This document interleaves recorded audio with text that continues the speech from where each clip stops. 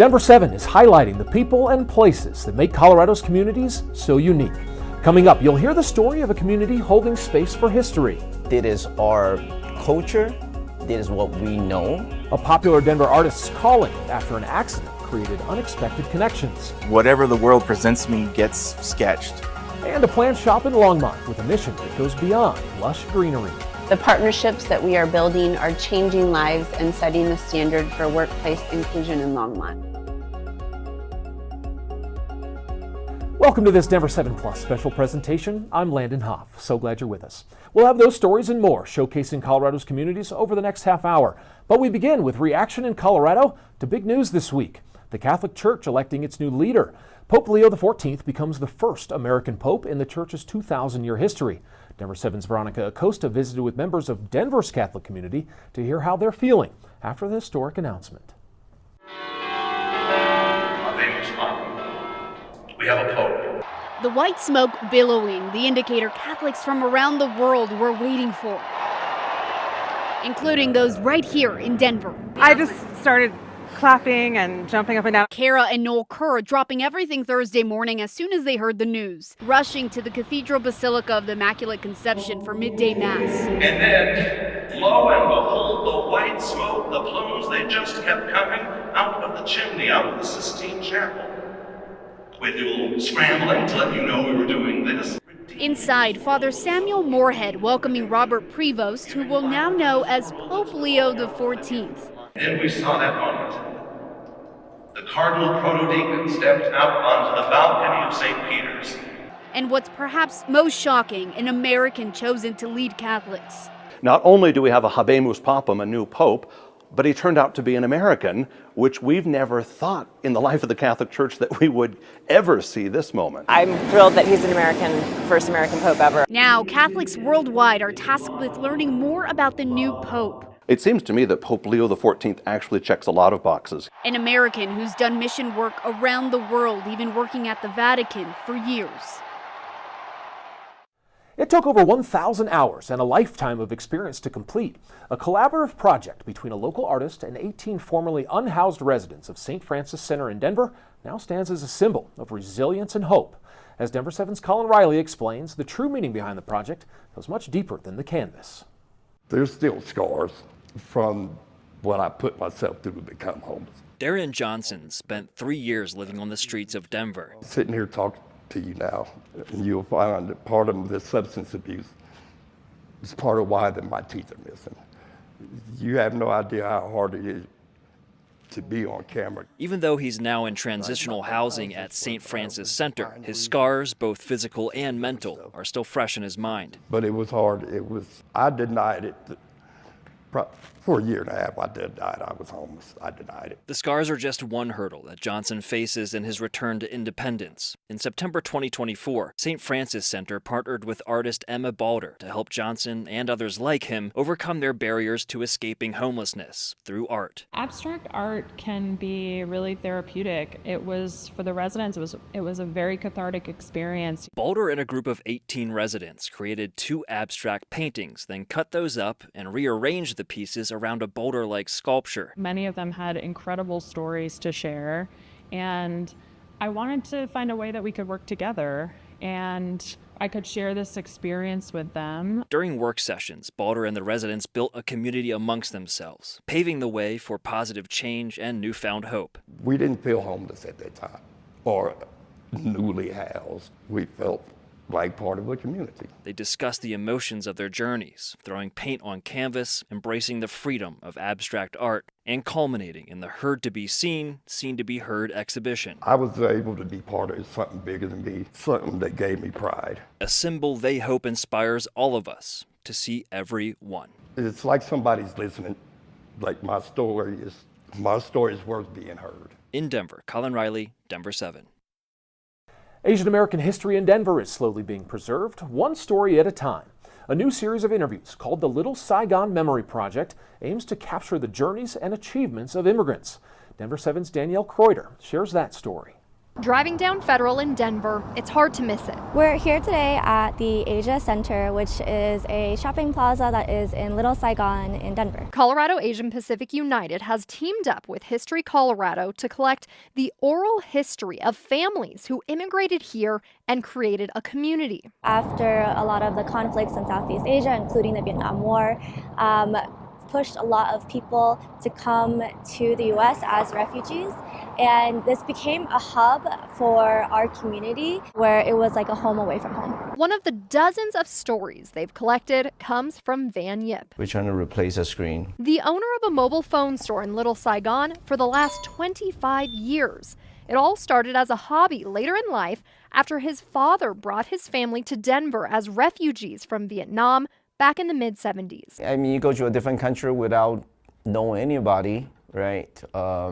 Language is another issue that you need to deal with every day. It's part of what makes these cultural enclaves so important. This is our culture. This is what we know. Denver once had a thriving Chinatown in Lodo. Efforts to reclaim an almost forgotten history can now be found where it used to stand. Advocates are making sure the same thing does not happen with Little Saigon. As the older generation retires, and as this area begins to change, is under threat of gentrification, these stories might go lost if we don't preserve them today. The Asian culture is usually very private, and I think it's important for people to actually have their voice heard. In Little Saigon, I'm Danielle Kreuter, Denver7. A first-of-its-kind apartment complex in Colorado with the goal of helping people achieve lasting drug and alcohol recovery is officially up and running now. Denver7's Amy Wattis introduces us to sober apartment living. My experience has been amazing. I love it here at Sal. 36-year-old Tish Castillo moved into Sober Apartment Living's Wheat Ridge location in June after a long addiction battle. When I was 13 years old, introduced to heavy drugs. I didn't become a hard drinker until I was about 27 years old. Tish, who's been sober now for 8 months, was in and out of the hospital many times, went through recovery, even lost her kids until she realized she couldn't live that life anymore, and that's what led her to Sal. We've got 8 buildings that are all 2-story, and they all open into the common courtyard. Craig Zollner and his wife are the brains behind Sal because of their daughter's recovery journey. The nonprofit has 2 locations, one in Scottsdale, Arizona, which has been around about 6 years, and the newest in Wheat Ridge. When she finished her treatment program, there was really very limited options for what happens next. Try to go out on your own when you've just finished a treatment program, which is very difficult to do, or go into a sober living house, which is essentially a halfway house that has 10 to 12 people living in a 4 or 5 bedroom house. So they came up with the Sober Apartment Living idea, a place for people in recovery that feels like the real world. An independent living apartment complex that's fully furnished and offers social and community service activities and support resources. Yeah, so this is our meeting hangout space, which we built, and fire pit in the middle. In a community-oriented environment. We're trying to get folks to make a 6-month commitment, and preferably as much as 12. So that they get really solid in their sobriety. Residents must hold down a job and are required to pay rent. Right now, about 47 people live at Sal in Wheat Ridge, but it can accommodate up to 90 residents once remodeling is finished in the next couple of months. Zollner says Sal is unique and currently the only housing of its kind in Colorado. Everything else is sober houses. It's a unique model, and it is the same thing in Arizona. And as far as we know nationally. More than 1,000 people have come through the Arizona facility, according to Zollner. It has seen a relapse rate of just 12%. Tish hopes she can be one of Sal's success stories. She's in the process of rebuilding her relationship with her kids. I feel really confident. I don't have any urges to want to drink anymore. I have a lot of support. Sal's my family away from family, and I feel pretty strong in my sobriety. In Wheat Ridge, Amy Wattis, Denver7.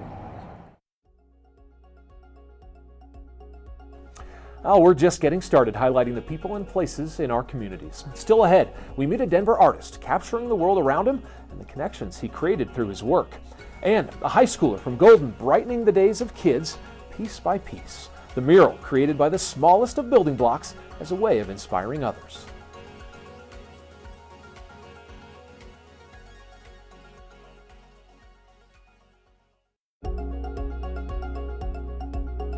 Welcome back to this Denver 7 Plus special presentation highlighting Colorado's communities and their difference makers. I'm Landon Hoff.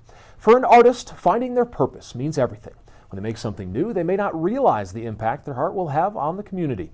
Denver 7's Colin Riley had a chance to speak with a local sketch artist about how his work has left a lasting impression.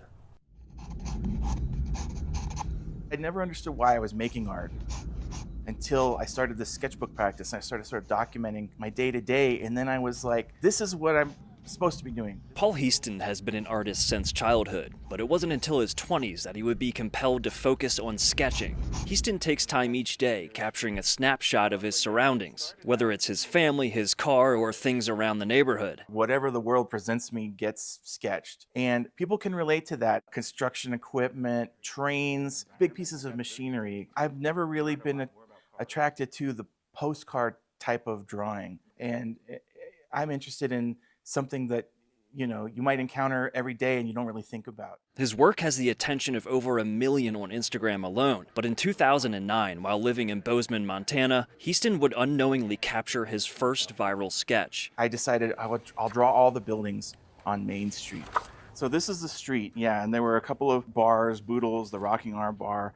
There was an art gallery. A few months after completing his work, a natural gas explosion would destroy 4 of these buildings and kill 1 person. Every single thing you see here was leveled. On that day, Heaston's sketches became much more than snapshots of daily life. I realized how, you know, for the first time, sort of how my sketches were connecting to people. And this documenting of a time and place was kind of really important for people, not just me. Today, Heaston spends hours in his studio teaching workshops and working on commissions, but some of his most popular work is done from the front seat of his car. It's full of good stuff around here. Exploring his community. There is a sort of a delight that people get when they see somebody sketching. Putting pen to paper. And they also feel very flattered that, like, oh, you know, my community is interesting to somebody or has value. Wherever he finds beauty. A lot of people can feel overlooked, and it's fun when they feel seen in their community. In Derby, Colin Riley for Denver 7. A teenager in Golden is giving back to a local hospital after beating cancer herself. Denver 7's Claire Lavazorio tells us about her mission to give others hope and how you can help.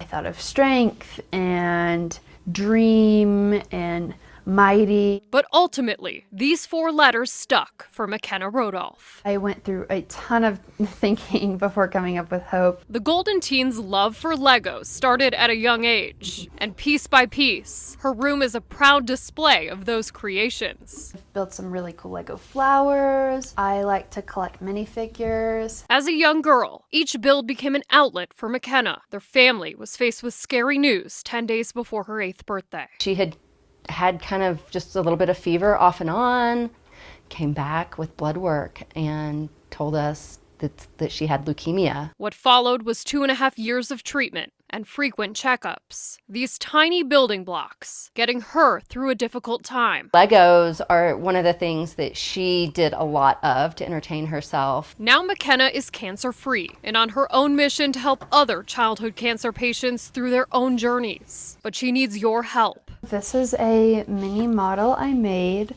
of what my project is kind of gonna look like. She's creating a colorful mural of Legos that spells out the word hope. It will be displayed at Children's Hospital of Colorado's South Campus, and the project will help her become an Eagle Scout. But she needs the pieces to get there. The biggest thing I need is just Legos, just like volumes of Legos. Once complete, the display will be interactive, giving families something to do in the waiting room. Find the pink flag and how many little flower pieces do you see? A tiny display of hope to help others through their own difficult time. I hope that it can honestly just bring a smile to their face. In Golden, Claire Lavazorio, Denver 7. A plant shop in downtown Longmont opened in 2021 and is coming up on 4 years of business. But there's something different about this workplace that's planting seeds for change in the community. The root of their mission, providing meaningful job opportunities for individuals with special needs. As part of our Denver7 Your Voice series, Denver7's Maggie Wolanski shares the story of the store owner and how her daughter inspired the vision for a lush plant shop. Planted right in the heart of Longmont, you'll find plants of all sizes. Yeah, Ficus benjamina. Yep. And Jessica Birmingham, the founder of Happy Day Plants. Yeah, and we do lots of workshops and birthday parties and everything over there. The shop is coming up on 4 years in business, and for Jessica, it still feels like a dream come true. As I walk in and I'm like, oh, I can't believe this is finally here. But at the root of this business, it's more than just a plant shop. It says, by supporting our business, you are providing meaningful work experience for individuals with special needs. The partnerships that we are building are changing lives and setting the standard for workplace inclusion in Longmont. A plant lover and mother, Jessica was inspired by her daughter Bailey, who was struggling to find a job after graduation. It was 2020, and so we had a really hard time, I think not just because it was the pandemic, but also because she has Down syndrome. There weren't a lot of places that were open to hiring Bailey and people like her. So Jessica realized it was time to make change. So I recognized a need in our community and just the surrounding area. And so I thought, okay, I think this is time for the plant shop to happen. Helping her daughter succeed. And then I'll go over to section 1 with you and help put everything away. Love you. But also others like John Halcomb find purpose and his green thumb too. Favorite part of my job. Let's see. I do enjoyed doing the leaf blower, spray water on the plants, doing this. A store that's sprouting success, not only through happy plants, but happy people too. I really enjoy it. The Happy Day plans is my wish come true. Really nice to help with my mom. So many people have such great things to offer, but there just aren't a lot of opportunities. So we're changing that. Maggie Wolanski, Denver7.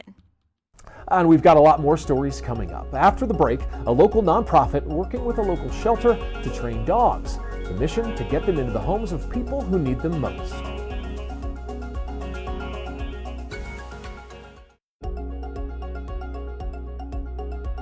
Welcome back. At a Denver animal shelter, a new partnership is helping shelter dogs find homes and giving people with disabilities a chance to shine.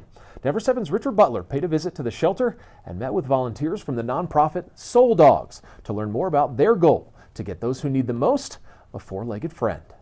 When we're together, it just feels like we're best friends. At Denver Animal Shelter, volunteers from Soul Dog Inc. are lending a special kind of helping hand. It's a win-win for both, for the shelter animals and also for the participants. Soul Dogs is a nonprofit supporting people with intellectual, developmental, and physical disabilities through the therapeutic power of dogs. This new partnership allows them to provide basic training to dogs at the Denver Animal Shelter, helping to make them more adoptable and easing their transition into permanent homes. So it's giving them a wide variety of dogs to work with and gain skills, and our dogs get the benefit of the socialization and attention from them, which is wonderful. They do learn. They learn how to communicate with me, even though I'm deaf. Aubrey LaBella has volunteered with Soul Dogs for just over 4 years now. She said she had the passion to care for animals for as long as she could remember. I'm learning so much.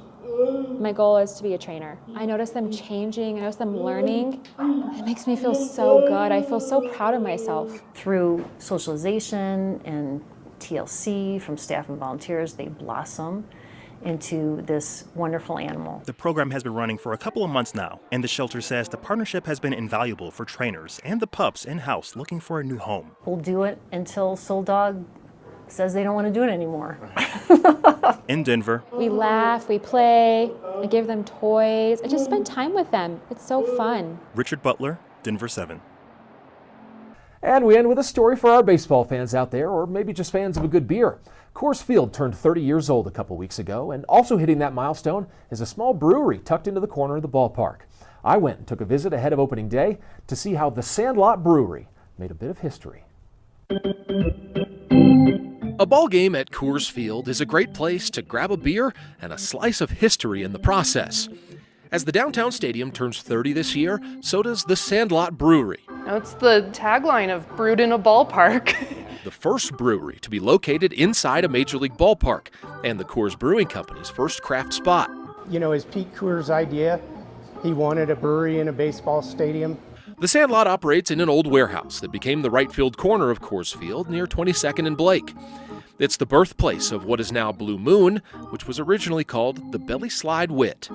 It's hauled in more than 50 awards for its beers. We've been supplying good beers for 30 years. But its legacy is in its history as one of downtown Denver's first craft breweries.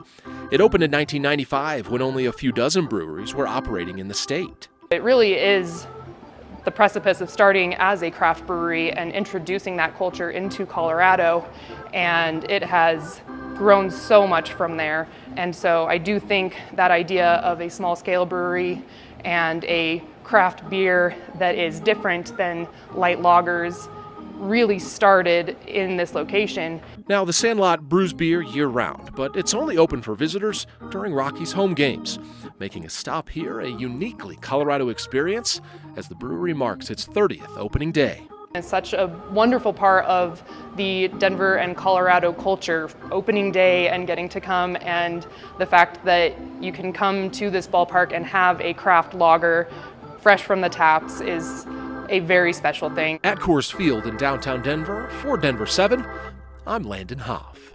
Well, that does it for this Denver 7 Plus special presentation. We've spent the last 30 minutes showcasing the people and places that make Colorado's communities unique. If you're just tuning in, or if you want to see any of these stories over again, just scan the QR code on your screen. That'll take you to this special, posted in its entirety, with links to the stories in it, right now on Denver7.com. And remember, you can download the Denver7 mobile app to get stories like these in your pocket every single day. For Denver7, I'm Landon Hoff. Hope you have a great day.